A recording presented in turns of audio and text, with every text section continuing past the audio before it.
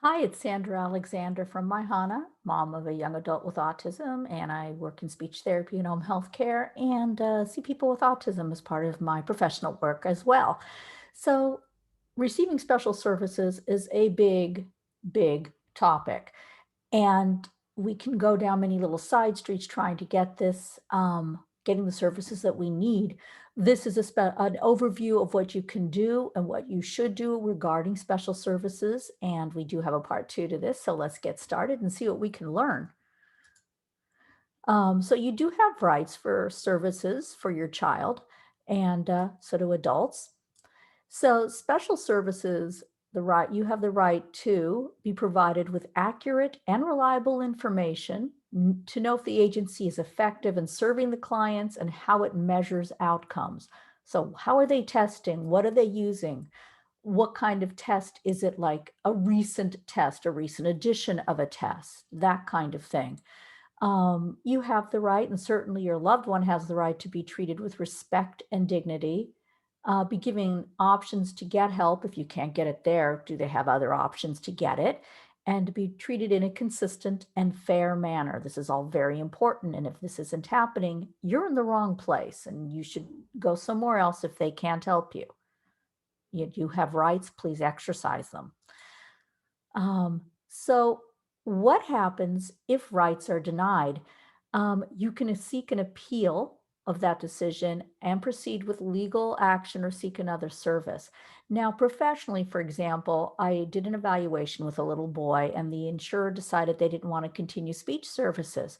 I did write an appeal, and it took some time as far as getting this decision overturned, but I gave them reasons why I thought that my client should have speech services. They did overturn it.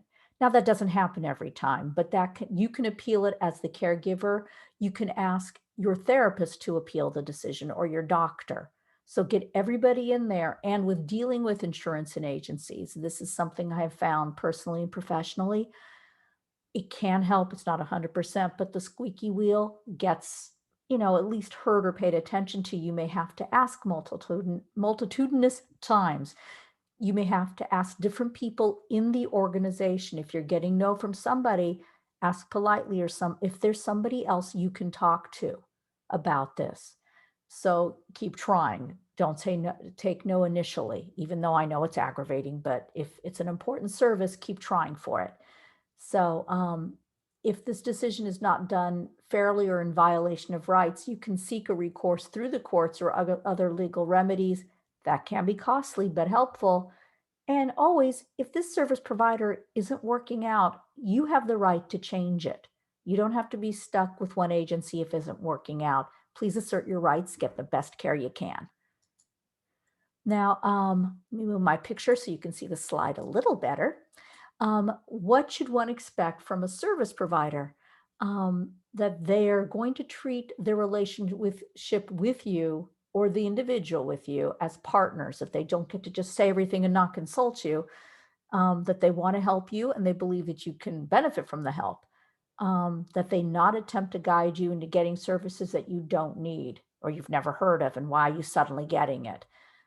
This happens across professions. Sometimes somebody wants to make a little extra money. They'll ask for things the client doesn't need. Be aware of what's going on. They should communicate with you on a regular basis, or the individual being served on a regular basis. And you should be able to get a hold of somebody. If you're on hold a long time and you never get to somebody and this isn't working, please change the provider. They're not a good provider and they don't have your best interest at heart. Um, and also that they allow you or the individual being served to determine and agree on the service plan. So, first of all, if you don't understand the plan, ask. If you don't agree to it, state that you don't agree and why, and maybe you can work together to get a more appropriate plan that's going to fit the needs. So please assert your rights. I'll say that a lot because I see it professionally and personally. So what else should I know? Well, you don't have the right to access services that aren't available, or there's a waiting list. You can't jump the line unless you're willing to pay some money, then that would be different. You don't have the right to access services that have a cost that you can't pay for. To access to government funded services, which you might believe are needed, but the government says no. If the government doesn't say they're needed and you can't pay, you can't access it, unfortunately. Um, you don't have the right to access services that you feel are needed and should be provided, but they're not being offered.